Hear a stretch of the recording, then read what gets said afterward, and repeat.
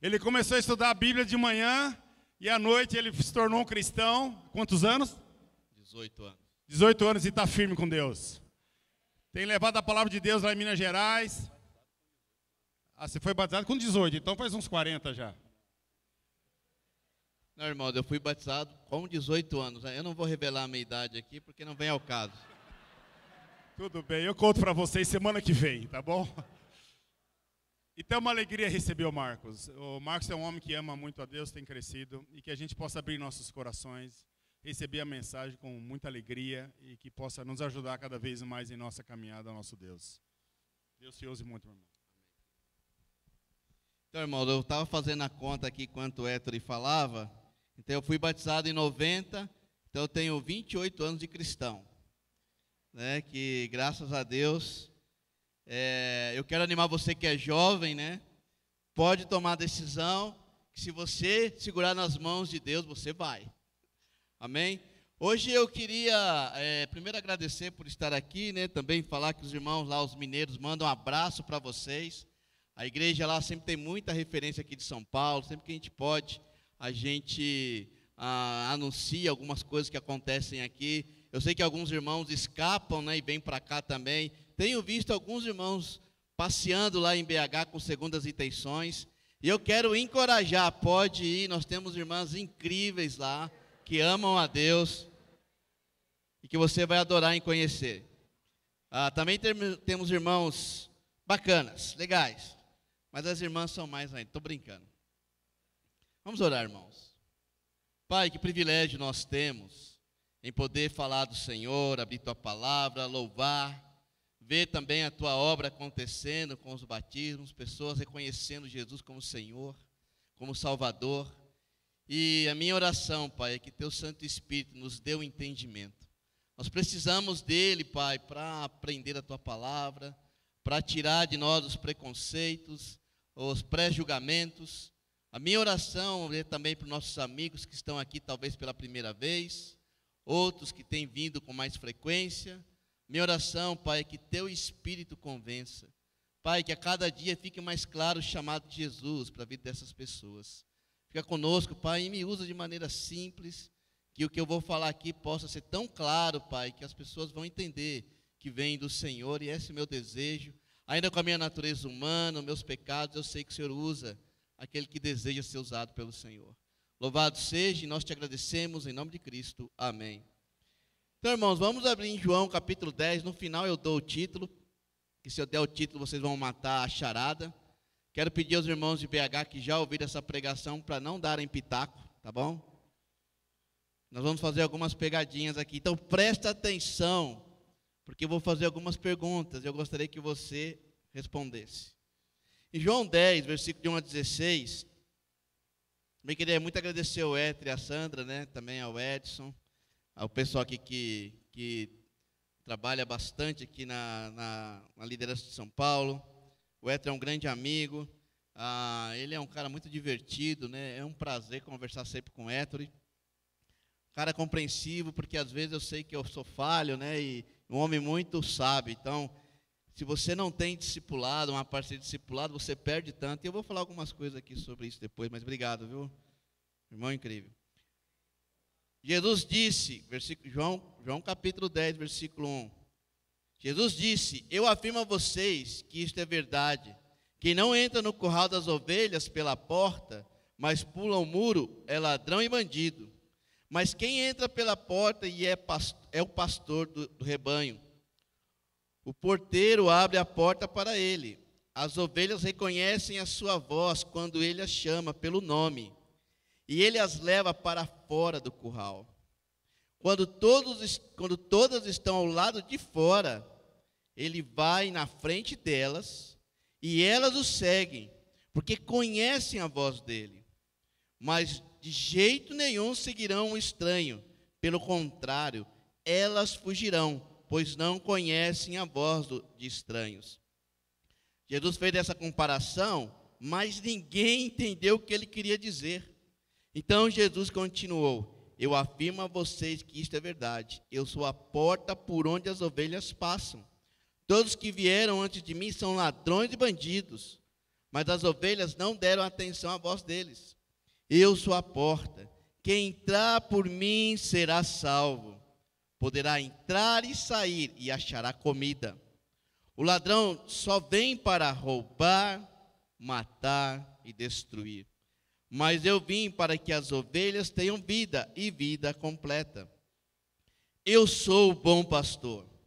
O bom pastor dá a vida pelas ovelhas. O empregado trabalha somente por dinheiro. Ele não é pastor. E as ovelhas não são dele. Por isso, quando vê um lobo chegando, ele abandona as ovelhas e foge. Então o lobo ataca e espalha as ovelhas. O empregado foge porque trabalha somente por dinheiro e não se importa com as ovelhas. Eu sou o bom pastor. Assim como o Pai me conhece, eu conheço o Pai. Assim também conheço minhas ovelhas e elas me conhecem. E eu estou pronto para morrer por elas. Tem outras ovelhas que não estão nesse curral. Eu preciso trazer essas também, e elas ouvirão minha voz, então elas se tornarão um só rebanho com um só pastor. Também antes de eu continuar aqui, eu queria agradecer ao coral, né? As músicas foram tão animadoras, né? De a gente pensar em Cristo, né? E irmãos, eu não sei se você observa, desde o momento que você pisa na igreja, desde que começa as canções, quem vem faz oferta, faz a ceia, nós sempre estamos recebendo algo da palavra de Deus, né?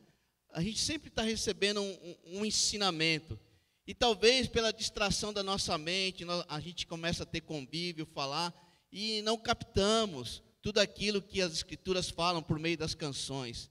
Talvez um irmão está falando algo tão importante, te dando discernimento, ensino, e muitas vezes nós não apreciamos. Então eu queria desafiar você a lembrar, quando você tira um dia para vir, e o domingo é o dia do Senhor, né, como disse nas Escrituras, quando você tira esse momento para vir, você gasta tempo, dinheiro, eu sei que não é simples.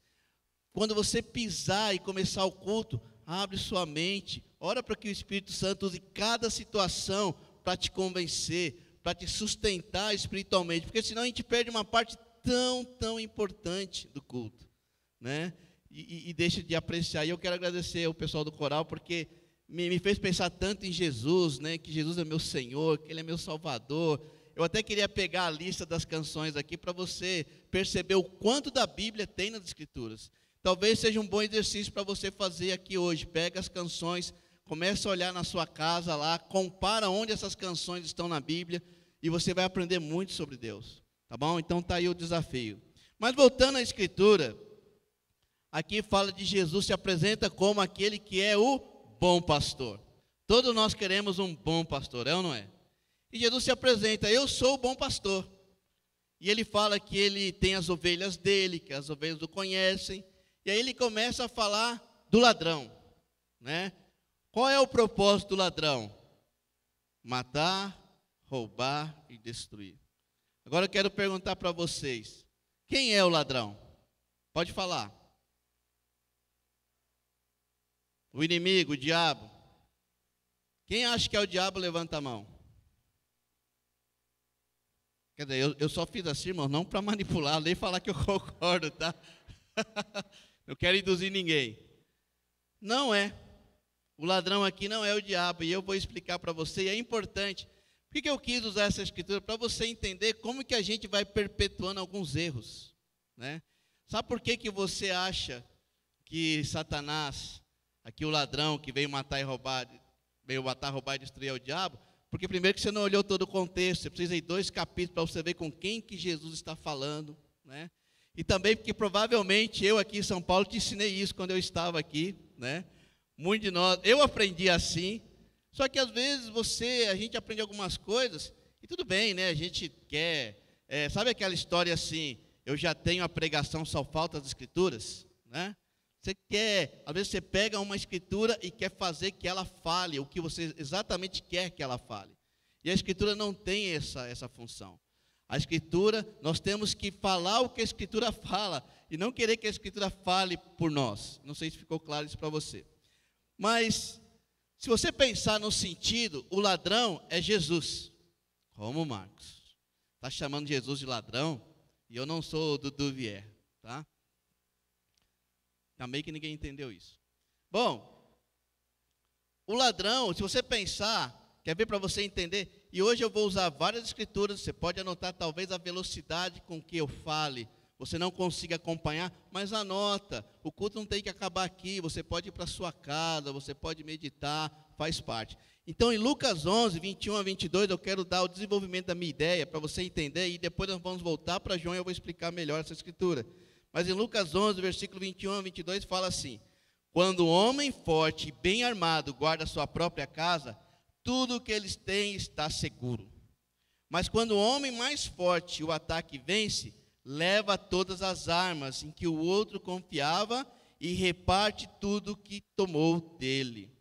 Se você olhar nesse contexto, é antes da morte e da ressurreição de Jesus Cristo. O que ele está fazendo antes? Quando Jesus vem à terra, o que ele faz? Ele expulsa demônio, né? Ele liberta pessoas, ele anuncia o evangelho. Só que na cruz, Jesus aniquila o pecado.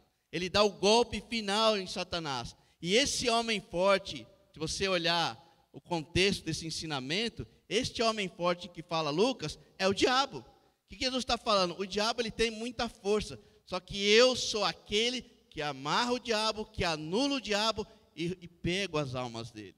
Então, nesse sentido, quem está roubando as almas, quem está tomando a alma de alguém, é o próprio Jesus. Ele vai e ele tira as almas das mãos do maligno. Ele põe um ponto final da influência do inimigo sobre as almas. Você ainda não está convencido? Em Hebreus 2, versículo 14 a 15. Hebreus 2, 14 a 15. Você vai ficar cada vez mais claro. Diz assim: os filhos, como ele os chama, são pessoas de carne e sangue. E por isso o próprio Jesus se tornou igual a eles, tomando parte na natureza humana deles. Ele fez isso para que por meio da sua morte pudesse destruir o diabo, que tem poder sobre a morte, e também para libertar os que foram escravos toda a sua vida por causa do medo da morte. Então aqui Jesus tem o papel de fazer o quê? Libertar os cativos, pegar as almas de Satanás que estavam aprisionadas. E quando eu leio um texto desse, irmãos, me dá muita convicção sobre compartilhar a fé, falar sobre Cristo. Porque nós não estamos num mundo onde tem os de Cristo, os do diabo e os neutros. Nós estamos num mundo ou você é de Cristo ou você não é de Cristo. No mundo onde você é escravo de Deus ou você é escravo do pecado. E às vezes nos falta essa convicção. Às vezes nós pensamos que não é bem assim, que pode ser que talvez as pessoas são muito boas. E há muitas pessoas boas, mas você não pode esquecer de que espiritualmente as pessoas que não reconhecem a Jesus como Salvador, elas estão presas. E Jesus vem para aniquilar. A palavra até que ele usa aqui de destruir, no grego é cartageu, que significa aniquilar, tornar inoperante, não ter mais eficiência, privar de força, por fim, anular, abolir. Olha o papel de Cristo na vida de alguém. Quando Cristo é apresentado, quando alguém fala que a partir de hoje Jesus é meu Senhor, toda a potência do pecado, toda a força de Satanás, ela é destruída. Ah, você não peca mais? Claro que você peca. Só que agora você tem alguém que te liberta, alguém que te direciona. A Sandra falou aqui, não sei se você prestou atenção, que Jesus na cruz perdoou nossos pecados passados, presentes e futuros.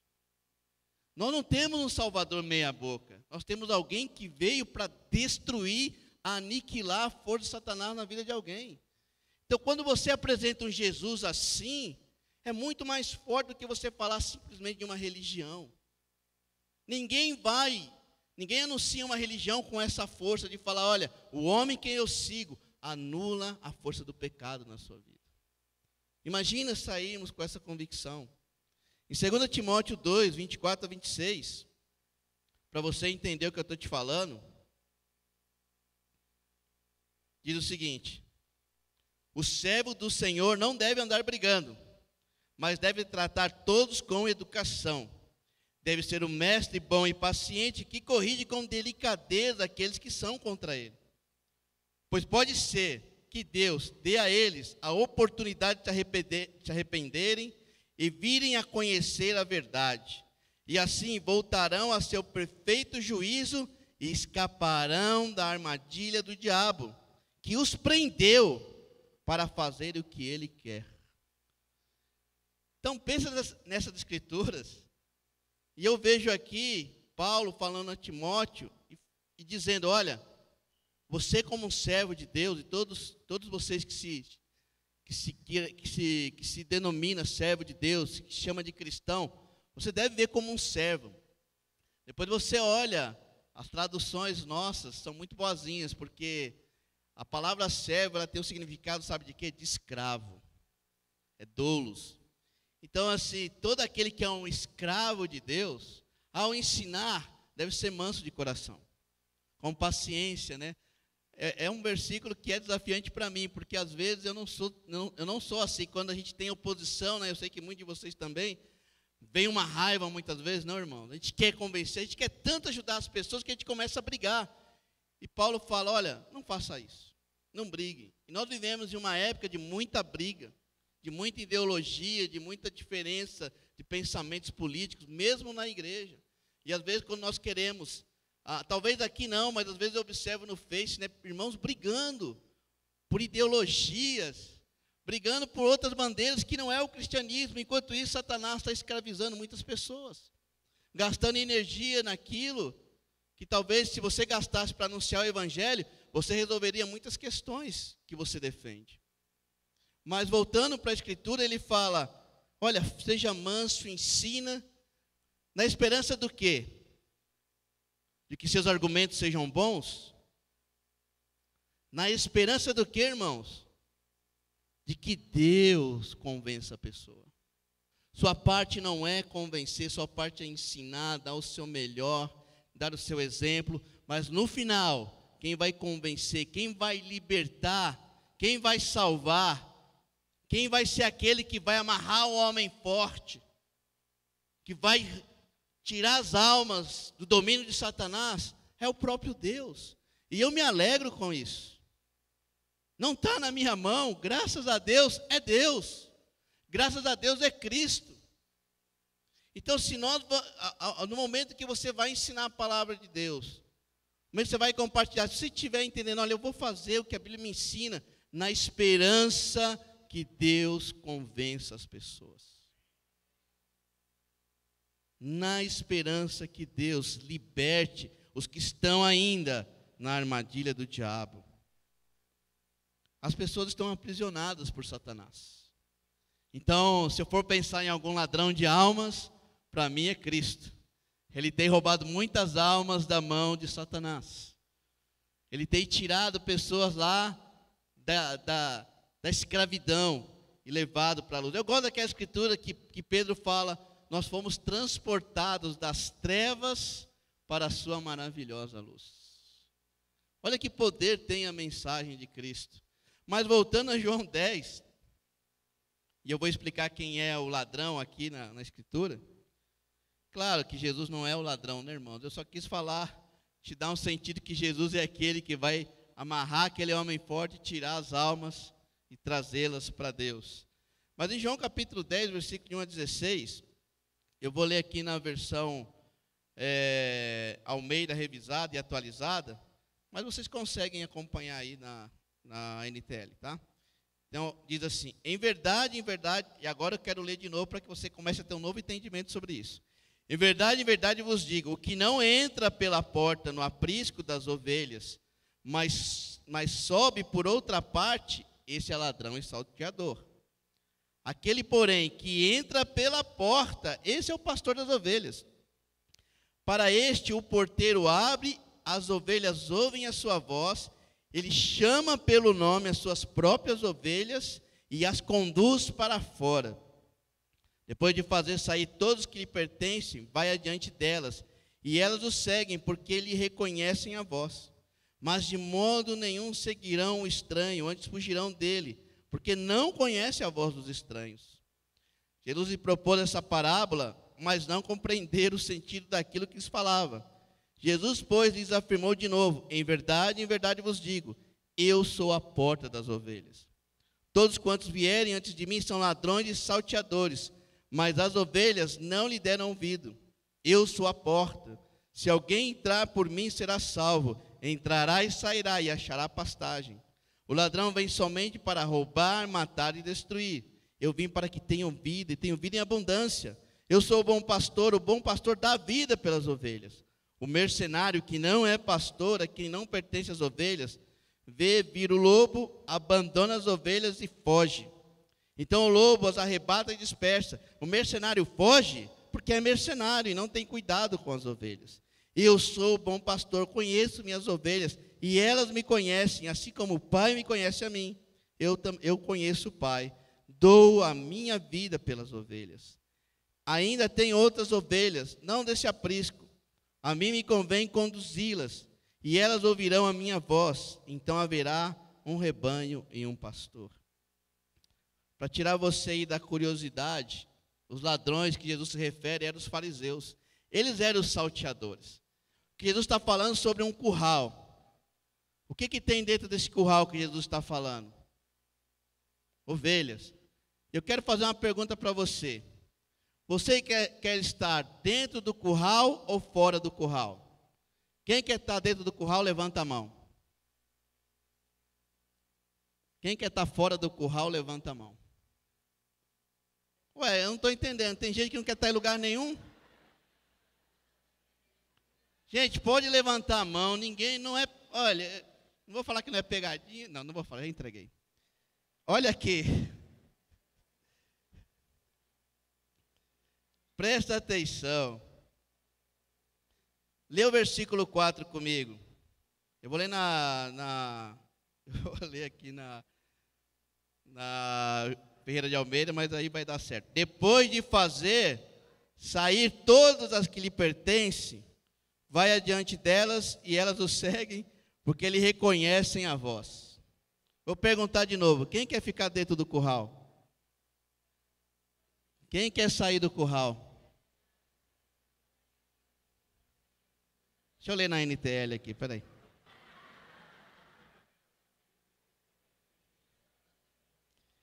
Vou ler lá, versículo 4. Irmãos, presta atenção, não cochicha, não assopra. Quando todas estão do lado de fora, ele vai na frente delas e elas o seguem porque conhecem a voz dele. Quem é o pastor? Ele entra no curral. Ele entra no curral para quê? Para tirar as ovelhas de lá. Vou perguntar de novo. Terceira chance. Eu vou dar uma dica. Quem quer sair do curral, levanta a mão. Ah, que bom. Porque se você é uma ovelha de Cristo, você tem que sair do curral. Jesus não entrou no curral para dar uma geral no curral, para aumentar a cerca, porque pode ser que alguma ovelhinha queira pular. Ele não fez isso. Ele falou assim, as ovelhas que me pertencem, quando eu chamar, o que elas vão fazer? Elas vão sair. Muitos estudiosos falam que o porteiro é o Espírito Santo. Porque o Espírito Santo sabe que Jesus é o único que pode entrar pela porta para tirar as ovelhas. Algumas pessoas querem tirar as ovelhas do curral, mas para destruí-las. E aí que Jesus começa a falar o quê? Dos ladrões, dos fariseus. Agora eu pergunto para você, essa é difícil. O que é o curral? Quem é? Jesus está tirando as pessoas de quem? De onde? O que é o curral? Vocês sabem? Mundo, pecado. Eu acho que não. Eu vou ler aqui para vocês, vamos lá. Vai ficar claro agora. Gálatas 3, 23 a 25. Abre comigo que eu quero que você me acompanhe nessa escritura. Eu falei para você prestar atenção. Mas antes que chegasse o tempo da fé, nós éramos prisioneiros da lei, até que fosse revelada a fé que devia vir. Assim a lei ficou tomando conta de nós até que Cristo viesse, para podermos ser aceitos por Deus por meio da fé. Agora chegou o tempo da fé, não precisamos mais da lei para tomar conta de nós. Quem é o aprisco, irmãos? É a lei. Se você acha que as ovelhas é a igreja, não era o povo de Israel. Jesus vem ao povo de Israel, cercado ali pelas leis, e chama, agora é uma nova aliança. Vem comigo. Agora é tempo de vocês saírem. A lei só serviu para ser tutor do povo de Deus, só para nos guiar. E se você ler a Bíblia desde Gênesis, desde o primeiro capítulo até o final, até Apocalipse, você vai perceber todo o plano de Deus, que o Antigo Testamento é uma sombra das coisas que viriam. Você vai conseguir ver Cristo desde o primeiro versículo de Gênesis, sempre. E depois alguns acham que Deus se converteu no Novo Testamento, né? Que Deus era mau, bravo, matava todo mundo. Aí alguma coisa aconteceu que no Novo Testamento Deus se converteu. Nada disso, Deus não muda. Mas nós precisamos entender a progressão da revelação. E aqui Jesus está falando, por isso que ninguém entendeu, e até hoje muitos de nós não entendemos. E eu vou te confessar que faz pouco tempo que eu entendi. Tive que estudar, tive que pesquisar e ver. E eu percebi, puxa, olha que incrível. E depois você vai para o Novo Testamento e você vê as coisas que foram faladas lá acontecendo. E aqui ele fala, olha, a lei só era uma maneira de conduzir vocês. Só que aí quando Jesus chama a gente sair do aprisco e começar a segui-lo, alguns pensam assim, sinceramente, irmãos, às vezes quando nós temos a liberdade em Cristo, nós temos medo, né? Imagina as ovelhinhas, eu sair aqui do aprisco, se aqui eu estou todo cercadinho, eu estou todo protegido, eu não vou não, eu vou ficar aqui. Mas o que Jesus vem fazer é, sai daí. Alguns de nós, irmãos, dependemos tanto de lei, somos legalistas, ainda que você fale que não, mas há muitas coisas no seu coração. Nós confiamos em coisas, o nosso relacionamento com Deus é fraco, mas eu faço isso, isso e isso. E você acha que isso vai te manter no rebanho. Quando Jesus tira as ovelhas do aprisco, Ele não tira para falar, ó, vira qualquer coisa aí. O rebanho continua sendo rebanho. Ele ainda fala mais, e vão acrescentar pessoas a esse rebanho. E aí nós teremos um só pastor, né, um só rebanho e um só pastor. Quem são essas pessoas que seriam acrescentadas, irmãos? Quem é o outro rebanho? Se dentro do aprisco temos o povo de Israel e Jesus chama, e depois quem vem? Os gentios. E quem são os gentios? Nós. Não é porque você é uma pessoa muito gentil, não é isso. É que quem não é judeu é considerado um gentil. Alguém que não é judeu. Então, olha só, Cristo já está falando, eu vim, estou anunciando o evangelho a vocês, estou tirando vocês do aprisco, a lei já não serve mais. E depois disso nós vamos juntar com o rebanho e serei um só pastor para um só rebanho.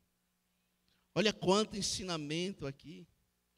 Olha quanto a gente pode aprender de Cristo, da fé, da visão. E nós fazemos parte desse rebanho. E nós também fazemos parte daqueles que estão chamando as ovelhas. E é incrível, irmãos, que Jesus fala, eu vou na frente chamando. E vocês vão ouvir a minha voz. Então esse medo que a gente tem de viver a graça, de entregar nossa vida a Cristo, achando que, mas será que eu vou me perder? Jesus está na frente. Só que tem uma diferença. Ele nos chama para ir para onde? Para a porta estreita. Ele não te chama para um caminho longo, fácil. Ele fala, vem, mas é algo tão interessante que é uma atração. É Jesus chamando, te atraindo, né? Eu penso quando eu era solteiro e a Denise gostava de mim, né? Eu passava e ela sentia atraída por mim, né? O olhar, me acompanhava. Por isso que eu sentia observado, né? Porque ela não conseguia segurar a atração. Ela não conseguia, ela tinha que... Estou brincando, não foi tudo isso. É para dramatizar a coisa. Depois eu vou levar um puxão. Era o contrário da Denise está falando, é verdade. A Denise passava, como essa irmã é especial. A atração. E sabe, eu acho que nós precisamos ver Jesus como alguém que atrai. Você tem sido atraído? A palavra de Cristo te atrai? Sabe, isso, Jesus está me chamando. Quando você lê algo nas Escrituras, isso aqui é para mim. Um chamado, porque a Bíblia fala que as ovelhas de Cristo vão reconhecer a sua voz. Olha, não ponha a culpa em pastor, não ponha a culpa, não sei quem, ou que a igreja não tem isso ou aquilo. Alguns irmãos falam, eu gostaria de escutar mais sobre Deus. Lê a sua Bíblia, só fala sobre Deus. Eu gostaria de escutar mais dos atributos de Deus. Está nas Escrituras. Então, irmãos, nós precisamos abrir nossos ouvidos para sermos atraídos por Deus. Não espere que nenhum homem faça, porque o único que vai te atrair ao ponto de você deixar tudo para segui-lo, para ser escravo dele, é Cristo. E ele vai na frente te chamando para o caminho estreito, não para a porta larga. Vocês lembram do programa do Silvio Santos, aquela que tinham várias portas? Que era assim, fazia uma pergunta, qual é o melhor time do Brasil? Corinthians, Santos e São Paulo. Todo mundo sabe que a resposta certa é Corinthians. Né? Sabe? Aí perguntava, aí tinha aquela multidão de pessoas ali, né? Aí uma multidão ia para o São Paulo, uma outra ia para o Santos, e um corajoso lá ia para o Corinthians, né? Sozinho, ele estava certo. Aí ele olha toda aquela multidão lá no Santos e Palmeiras. O que ele fazia? Ele começava, é São Paulo, né? O que as pessoas faziam, as que estavam na resposta certa? Acabavam sendo seduzidos, né? Ele, não, só eu que estou certo, está todo mundo errado. Não, está alguma coisa errada. E nós somos assim, muitas vezes. Se você parar para ouvir o pastor que é Jesus, você vai ficar na porta estreita. E a Bíblia fala que essa porta, poucas pessoas querem entrar. Você só entra se alguém que te atrai te chamar, alguém que você confia. Então, irmãos, nós precisamos nos relacionar com Cristo nesse nível, de ouvir a voz dele e de ser atraído por ele. Eu fico impressionado como muitos jovens são atraídos por youtubers. O cara faz um show não sei aonde, se mata, vai para lá, pai leva, gasta um dinheiro violento para escutar coisas banais, vazias, que daqui a um tempo não vai servir para nada, porque sente atração pela pessoa. Imagina isso por Cristo, atraídos por Cristo. Nós precisamos ser atraídos pelo nosso pastor. Quero te encorajar a ler a sua Bíblia como você nunca tem lido ultimamente. Jesus é o pastor perfeito, credenciado a entrar no aprisco e nos tirar de toda a lei e legalismo. Irmãos, a gente precisa perder um pouco da questão da antiga aliança. Em Deuteronômio 11, 26 a 28, não precisa ir lá na sua nota, Deus fez uma antiga aliança com o povo. Ele chega, ele fala ao povo de Israel, olha, eu coloco para vocês bênção e maldição. Se vocês obedecerem, nota 10, vocês vão ser abençoados. Mas se vocês não obedecerem, serão o quê? Amaldiçoados. E se você ler lá o Deuteronômio, você vai ver que o povo aceita essa aliança. E tem várias leis, inclusive leis de apedrejamento, de morte. E às vezes eu olhava assim, nossa, Deus é muito radical. Tem uma história que eu estava vendo lá no Antigo Testamento, que um homem, ele briga com outro homem e ele blasfema. Aí perguntam para Deus, né, consultam a Deus, o que a gente faz com esse homem? Ué, qual foi a aliança que eu fiz com vocês? Apedreja. E às vezes a gente ouve isso, nossa, mas era a aliança. E Deus, ele é tão justo que ele não quebra uma aliança. Ele fez com você, você aceitou, não quebre. Essa é a aliança no Antigo Testamento. Então ninguém estava inocente ao quebrar. Você sabia, se eu quebro, eu vou pagar. Então é assim, muitos de nós vivemos nessa situação, né? Eu vou fazer as coisas certinhas para Deus me abençoar. Muitos de nós falamos com os outros, se você pisar na bola, Deus vai te amaldiçoar. Só que um enfoque antigo. Aí eu pergunto para vocês, o povo de Israel conseguiu seguir essa nova aliança? O povo de Israel, ele conseguiu manter-se fiel àquilo que eles tinham afirmado com Deus? Não. Você pode ver depois, Deuteronômio 31, 20 a 21, só anota. Quando Moisés está morrendo e o povo de Israel vai entrar na terra prometida, Deus fala assim, olha, o povo de Israel vai ser amaldiçoado. Por quê? Porque quebraram, eles vão quebrar a lei, eles vão adorar falsos deuses, a gente sabe disso. Por isso que por isso que teve, o povo de Israel foi cativo de muitos povos, sofreu muito, e tem toda uma consequência de quebrar a aliança. Só que aí, irmãos, como Deus é um Deus incrível, e toda a lei era só uma sombra daquilo que haveria de vir, Ele faz uma nova aliança. Quem é a nossa nova aliança? Vamos lá em Hebreus 10, de 1 a 2.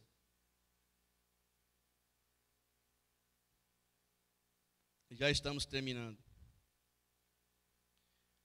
A lei dada por Moisés não é um modelo completo e fiel das coisas verdadeiras. É apenas uma sombra das coisas boas que estão por vir. Os mesmos sacrifícios são oferecidos sempre, ano após ano. Portanto, como pode a lei, por meio desse sacrifício, aperfeiçoar as pessoas que chegam perto de Deus? Se as pessoas que adoram a Deus tivessem sido purificadas de seus pecados, não se sentiriam mais culpadas de pecado e de todos os sacrifícios terminariam. Versículo 5. Por isso, Cristo, ao entrar no mundo, disse: Tu, ó Deus, não queres animais oferecidos em sacrifício, nem ofertas de cereais, mas preparaste um corpo para mim. Não te agradam as ofertas de animais queimados inteiros no altar, nem sacrifícios oferecidos para tirar pecados. Então eu disse: Estou aqui, ó Deus, venha fazer a tua vontade, assim como está escrito a meu respeito no livro da lei. Primeiro ele disse: Tu não queres sacrifícios ou ofertas de animais, e não te agradam as ofertas de animais queimados inteiros no altar, nem os sacrifícios oferecidos para tirar pecados. Ele disse isso, embora todos os sacrifícios sejam oferecidos de acordo com a lei. Depois ele disse: Estou aqui, ó Deus, para fazer a tua vontade. Assim Deus acabou com todos os antigos sacrifícios e pôs no lugar deles o sacrifício de Cristo. E porque Jesus Cristo fez o que Deus quis, nós somos purificados do pecado pela oferta que Ele fez. Uma vez por todas, do seu próprio corpo. Todo sacerdote judeu cumpre todos os dias os seus deveres religiosos e oferece muitas vezes os mesmos sacrifícios, mas estes nunca poderão tirar pecados. Porém, Jesus Cristo ofereceu só um sacrifício para tirar pecados, uma oferta que vale para sempre, e depois sentou-se do lado de Deus. Ali Jesus está esperando até que Deus põe os seus inimigos como estrado debaixo dos pés dele.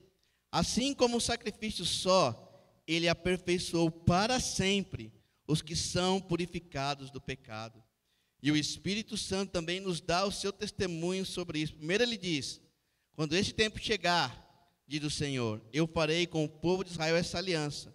Porém as minhas leis no coração deles e na mente deles as escreverei. Depois ele diz: não lembrarei mais dos seus pecados, nem das suas maldades.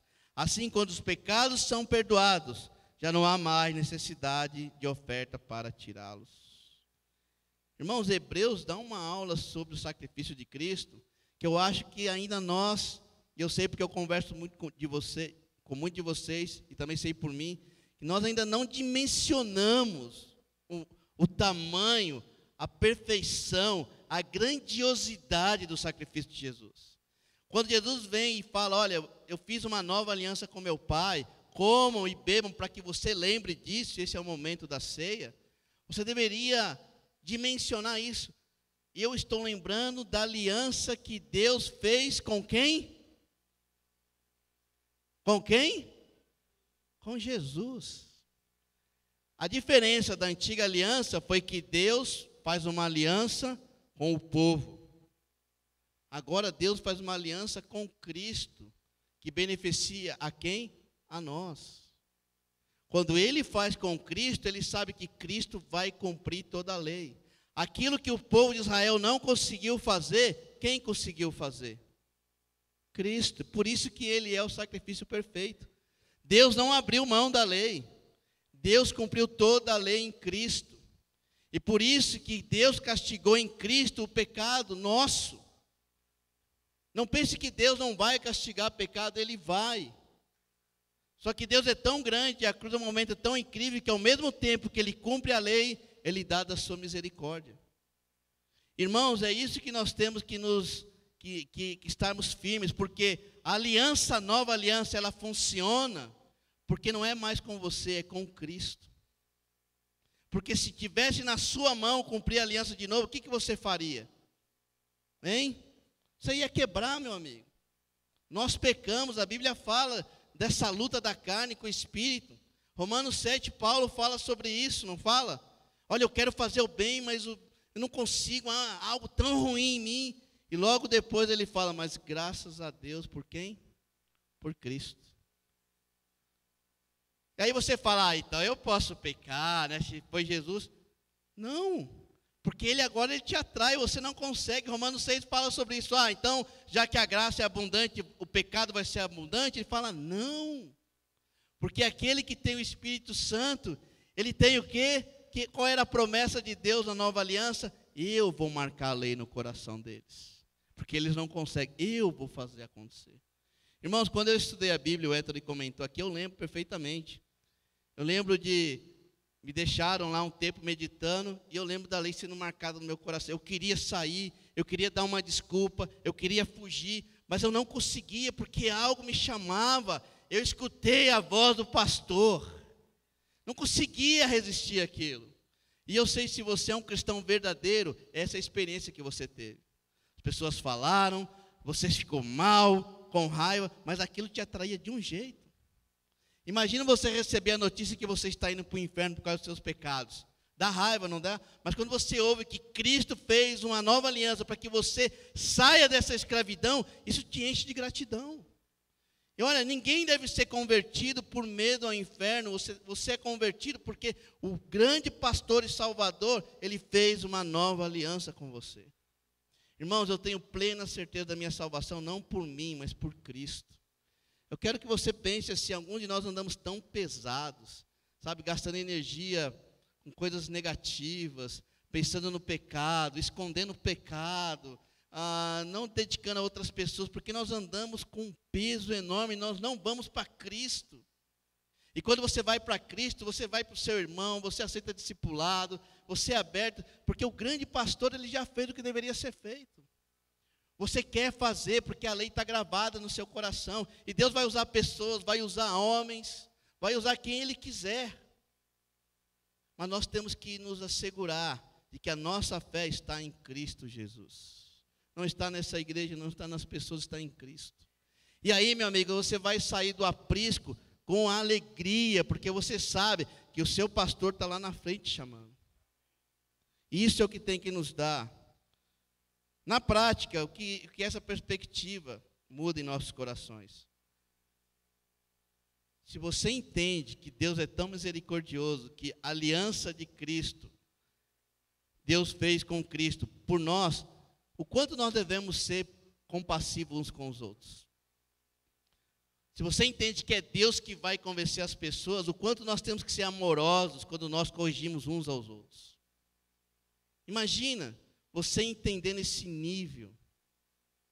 Se Cristo morreu por mim, morreu também por meu irmão, o Espírito Santo vai convencer. Não é que você vai cruzar as pernas, sentar na cadeirinha e esperar a coisa acontecer. Deus vai nos usar. Foi assim que eu conheci a Cristo, Deus usando alguém para me convencer. Não foi a força da pessoa, não foi que essa pessoa era mais inteligente que a outra, tinha um poder de persuasão maior, ou porque eu era jovem e não tinha experiência, fácil de ser enganado, senão não estaria aqui. Mas foi o Espírito Santo. E eu quero chamar a gente a ter misericórdia uns dos outros. Sair do aprisco não é fácil. Você lembra de Pedro? A visão de Pedro? Quando Pedro, já sendo apóstolo, seguidor de Cristo, pregando lá em Atos 2, chamando as pessoas ao arrependimento, Tem uma hora que ele tem uma visão, está em Atos 10, que fala assim, ó, mata e come. Ele vê uns animais que ele considerava impuro. E ele falou assim, não, eu não. Imagina, o próprio Deus falando para ele matar e comer. Ele andou com Cristo, sabia que Cristo o chamou a sair da lei. E quando ele tinha que pôr em prática, ele, não, eu não vou fazer isso. E ele foi convencido. É difícil, irmão, nós gostamos de uma lei, nós gostamos de uma regra, nós gostamos de que alguém me diga o que eu tenho que fazer. Mas você tem que sair, você tem que conhecer a Deus.